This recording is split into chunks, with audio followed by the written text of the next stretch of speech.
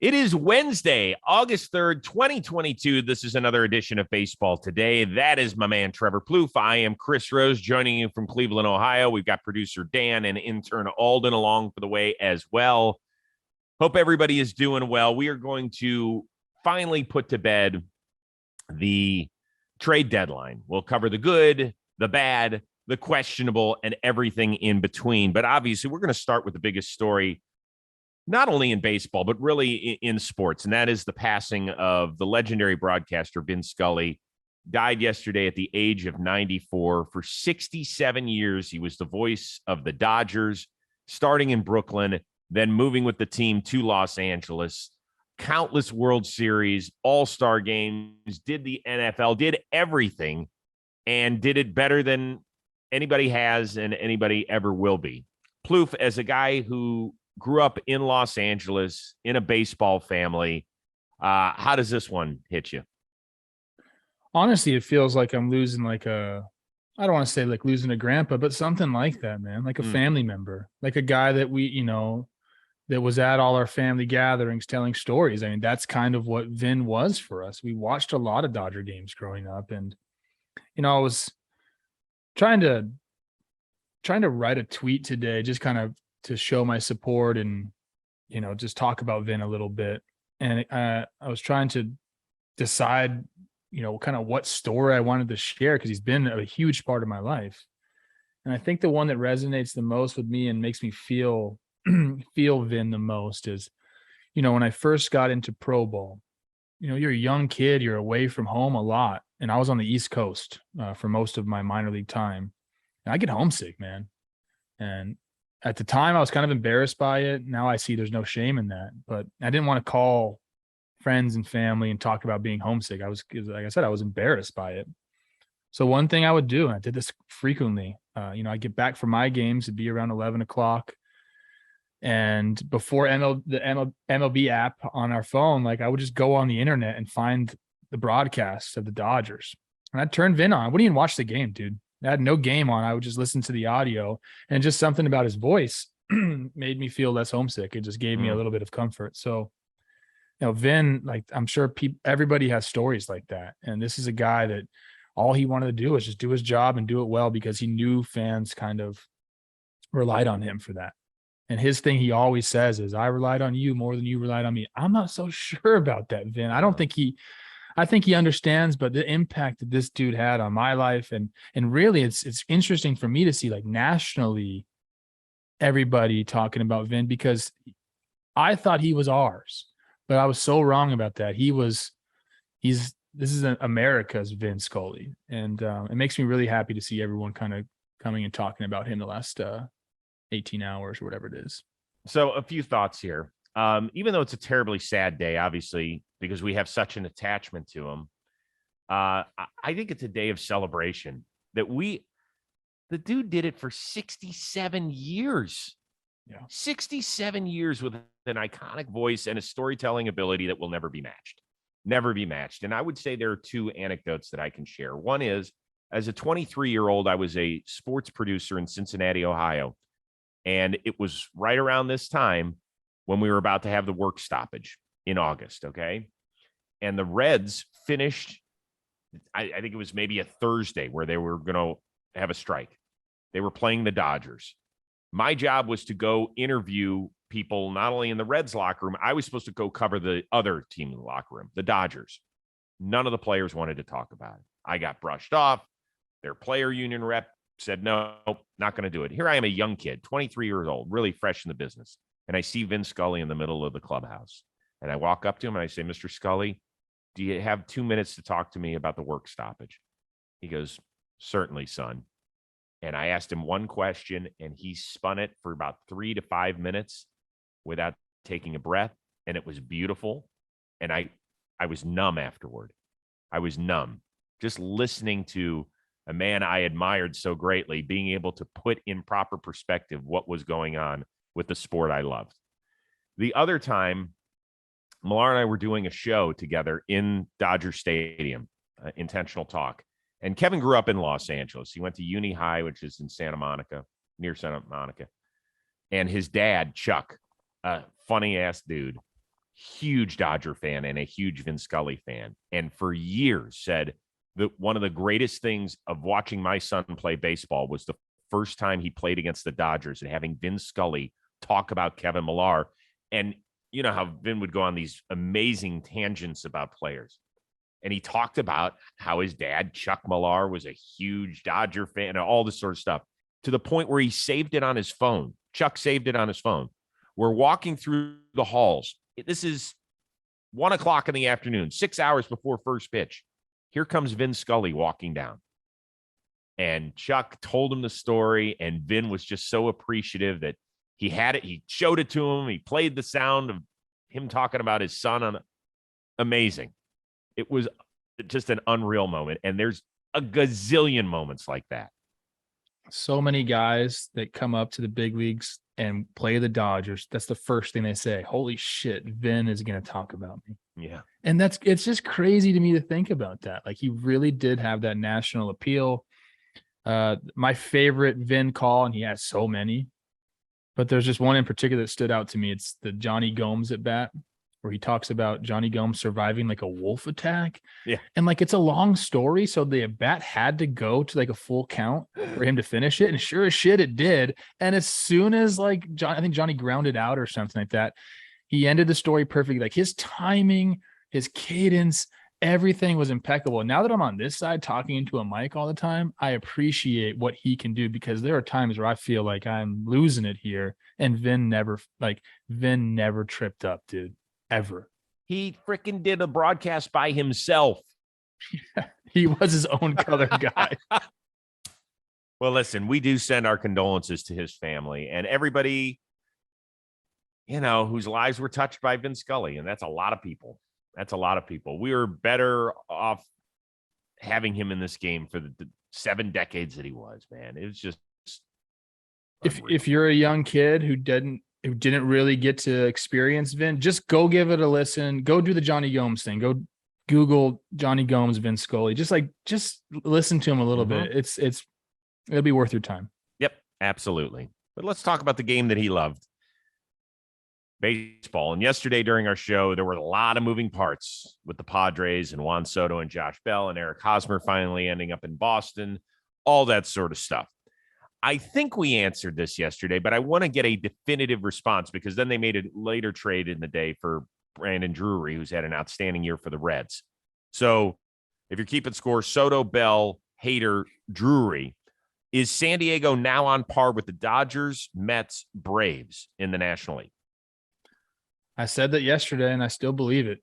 You know, now they added Drury. That was before they added Drury. I just thought, like, you get Soto. Clearly, this guy is an absolute offensive force. Don't sleep on Josh Bell, who's having an incredible year there. That's a massive upgrade at first base offensively for them.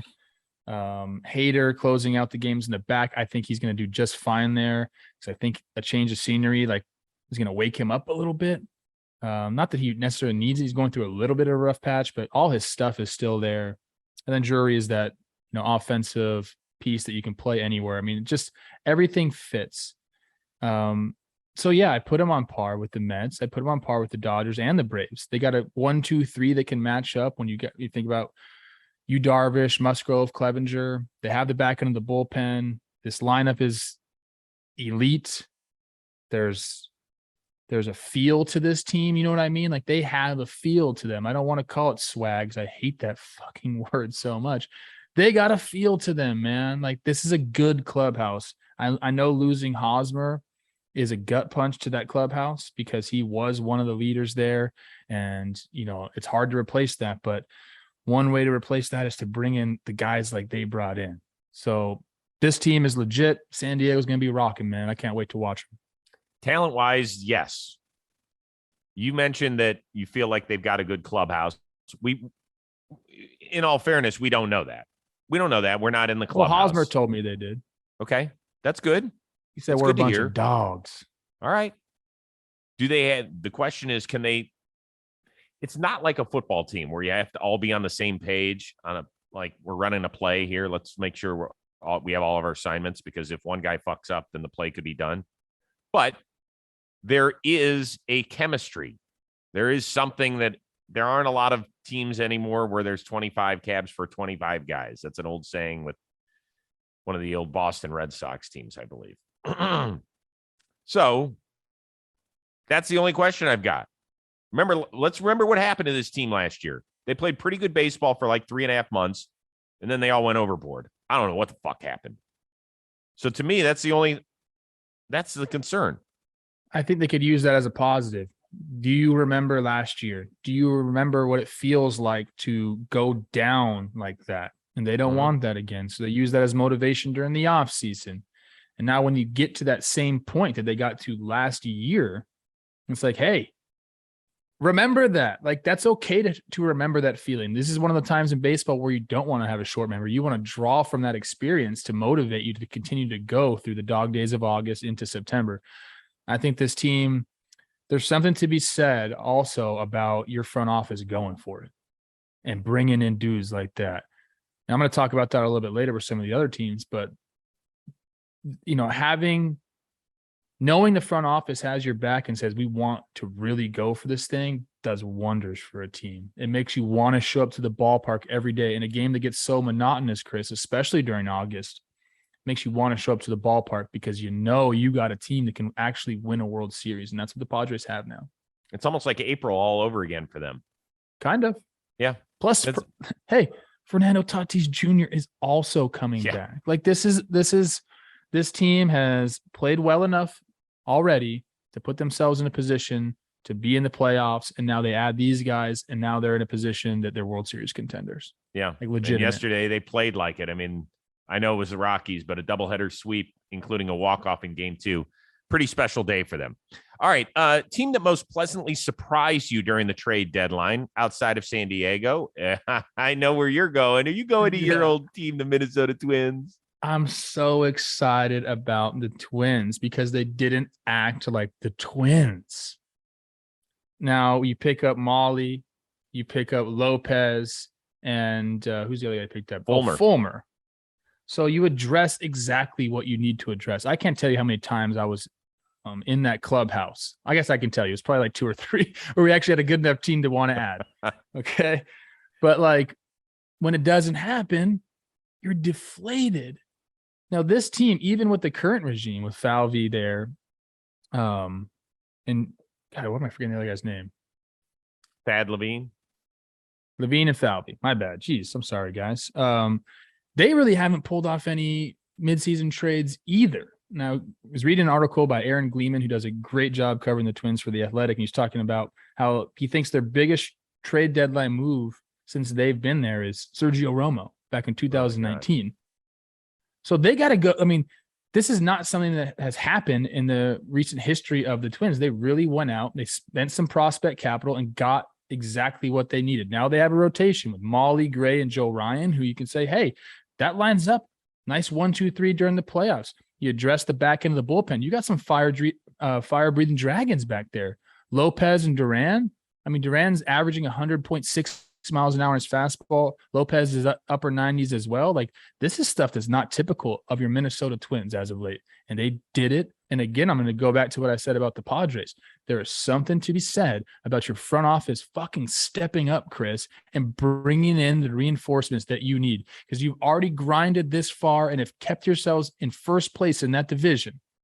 And then for the front office to come and replenish the troops like that, it's going to get the boys going. So I'm very pleasantly surprised with what they did. You know, they didn't sacrifice a lot of their top prospects. They kept them intact as well. And I think that's kind of nice. Molly's controllable for next year. I mean, this whole thing that they did was incredible. There's a few other teams too, but I'm going to go with my Twins. I think they did a great job. Yeah, everything they did made a lot of sense. I knew you were going to go Twins. I could have gone Cardinals. I thought their 2 pickups of left-handed starters in Quintana and Montgomery, really solid moves for them.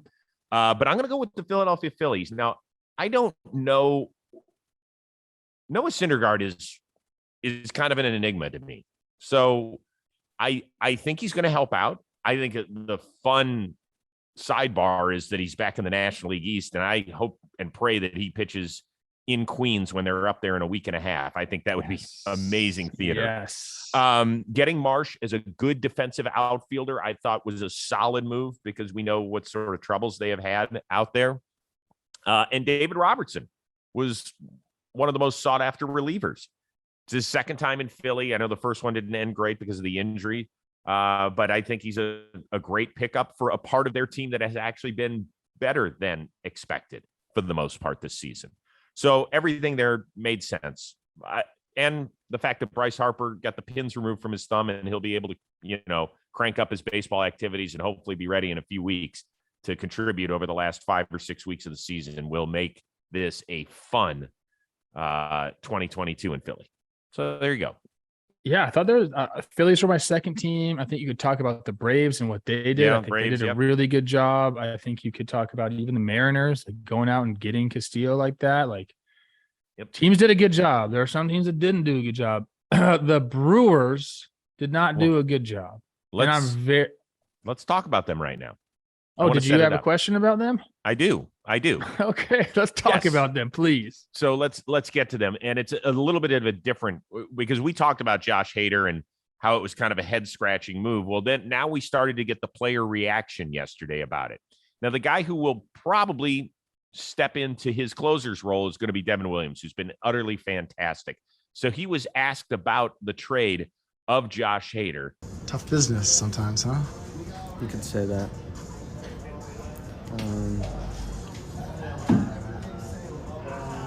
A lot of things that don't really make sense, I don't know. I want to win. That's really the biggest thing to me. I don't really have much to say about it. For those of you that are joining us audio only, I wish you could go see his face, because the audio, as amazing as it is only half the story. He looks like somebody took away his favorite toy. Yeah. It's someone took away your favorite toy and didn't replace it, basically. You know what I mean? Like, well, they got Taylor Rogers. I respect Taylor Rogers. I think he's going to be good for them. I think maybe he needed a change of scenery. I don't know if he ever really fit in San Diego there. I think he might be better set in the Midwest. So I'm okay with that. They bring in Rosenthal. They bring in Matt Bush. So they bring all these guys in, but you lose Josh Hader. Like this is your guy. He's got the best strikeout rate in baseball history. He's done wonders for your organization. So I think a lot of people are saying, okay, we lost Josh, but what else are we going to get? And the answer was nothing. Well, Plouffe, it's one thing when fans say it. That is coming from one of your studs in the clubhouse. And I imagine he's not the only guy that feels that way. Do you think that David Stearns should have gone down to the clubhouse and explained what was going on? Or is there such a separation between front office and players that doesn't even happen? I don't think he'll go. I don't think he needs to go down there. I mean, maybe talk one-on-one with a few of the clubhouse leaders, and then they can relay the information. That's usually how it goes. But yeah, like what I said about the Padres and the Twins, like that breath of fresh air, that that feeling you get when the front office has your back and does things to replenish your team. It goes the same way when it doesn't happen. It's deflating. It is deflating when you saw it in his face and his tone.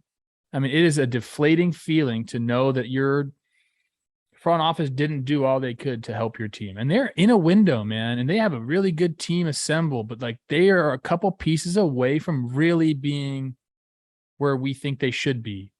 I've been promised an offensive upgrade. I never got it, man. It ain't coming.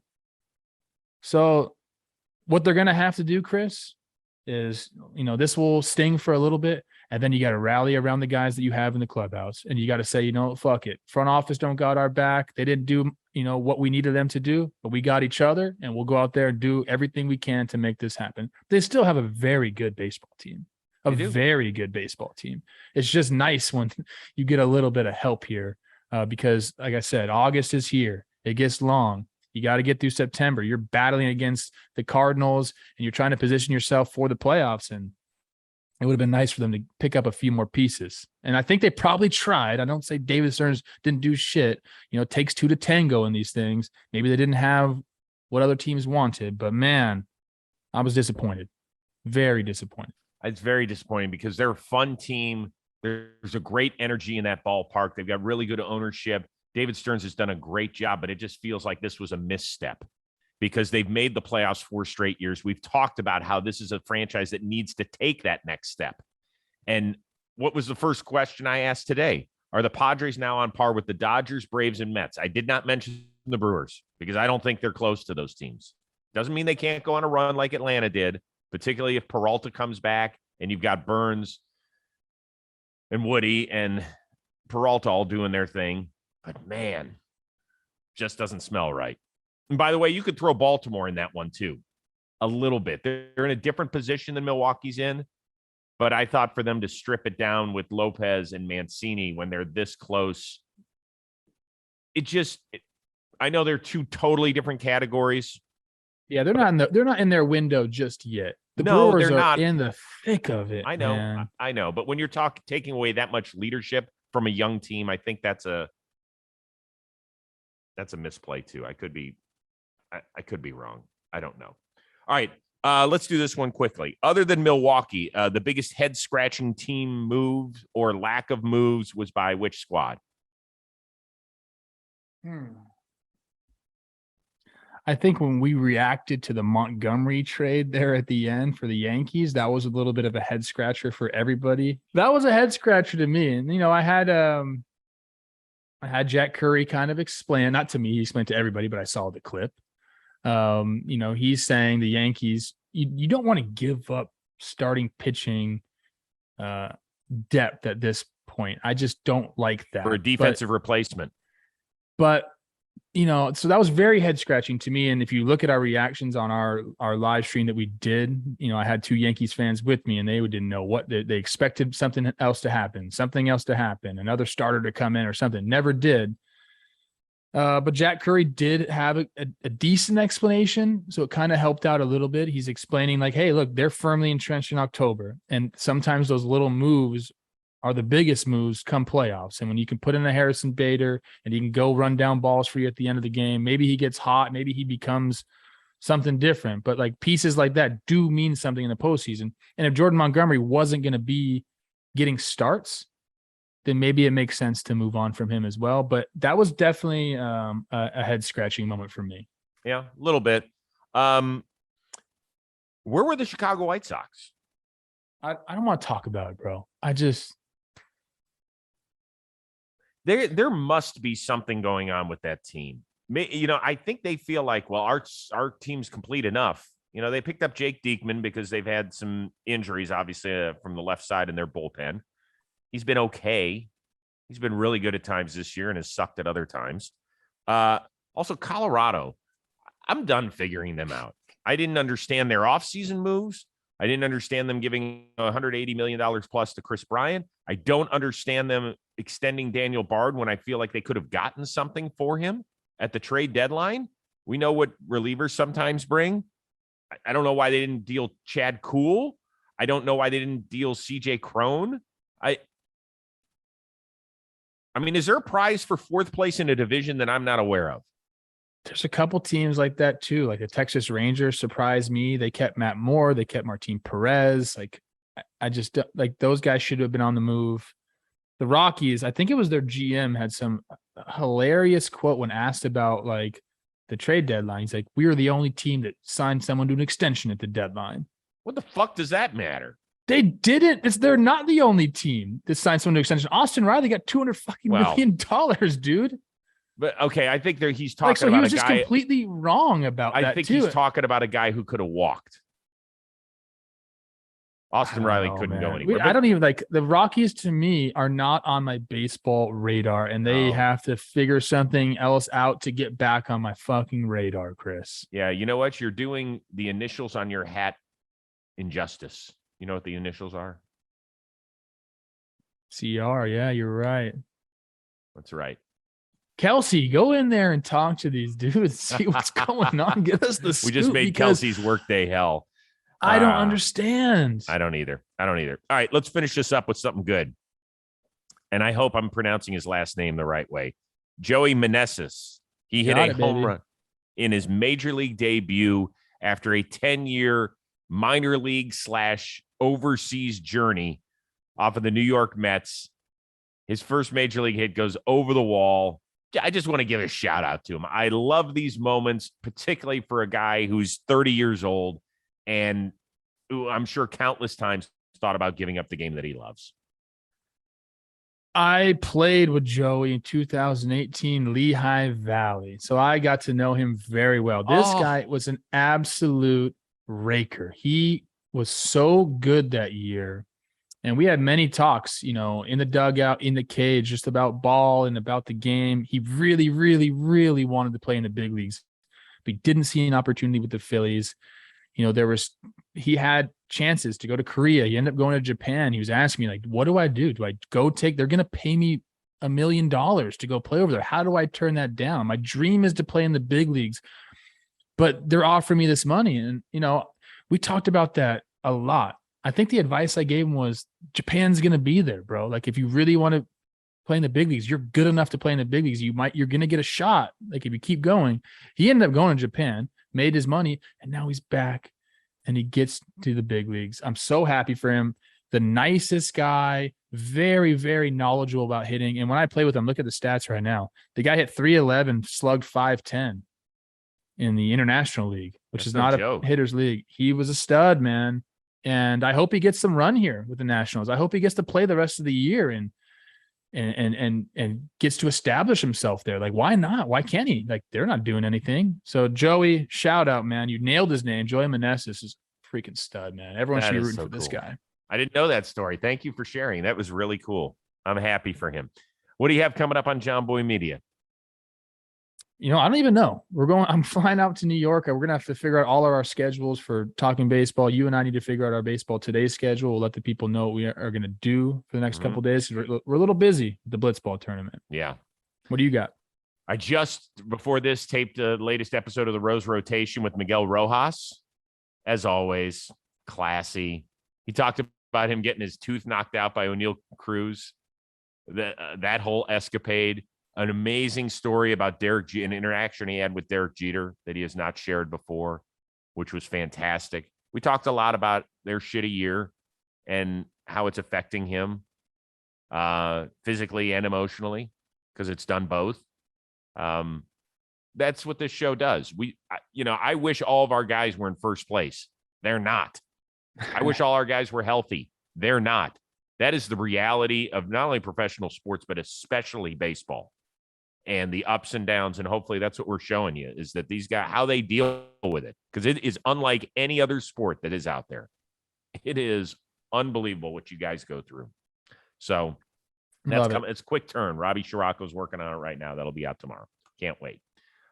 Special shout out to our producer extraordinaire, the one and only Dan Rourke, our amazing summer intern, Alden Stone. That is Trevor Plouffe. I am Chris Rose. We'll see you next time here on Baseball Today.